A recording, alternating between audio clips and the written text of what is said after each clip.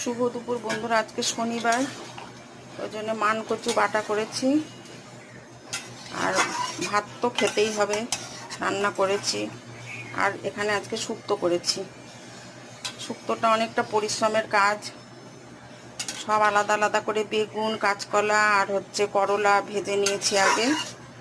তারপরে বাকি সবজিগুলো খুব ভালো করে ভেজে ওর মধ্যে আদা আর পোস্ত আমি দিই, কিন্তু আজকে দিইনি। আদা আর দিয়েছি নারকোল, দুটোকে ভালো করে বেটে দিয়ে, আর এই দেখো এই যে ডালের বড়া করে দিয়েছি।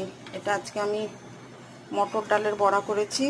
আমি করি ওই তোমার ছোলার ডালের বড়াও করি।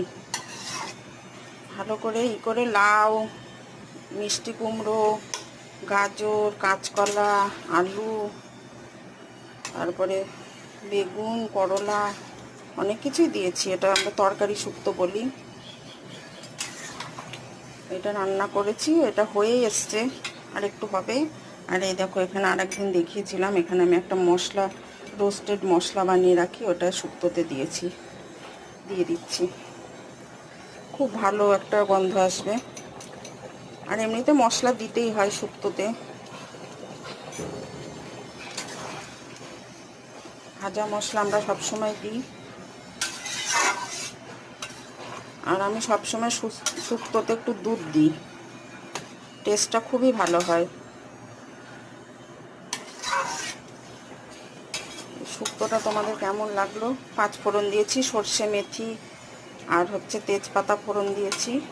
রাঙা আলু দিয়েছি, এই যে দেখো রাঙা আলু সেদ্ধ হয়ে গেছে সব। যতটা আমার মাথায় থাকে, মনে থাকে, ততগুলো সবজি নিয়ে আসায়। আজকে আর সজনে ডাঁটা দিইনি, কারণ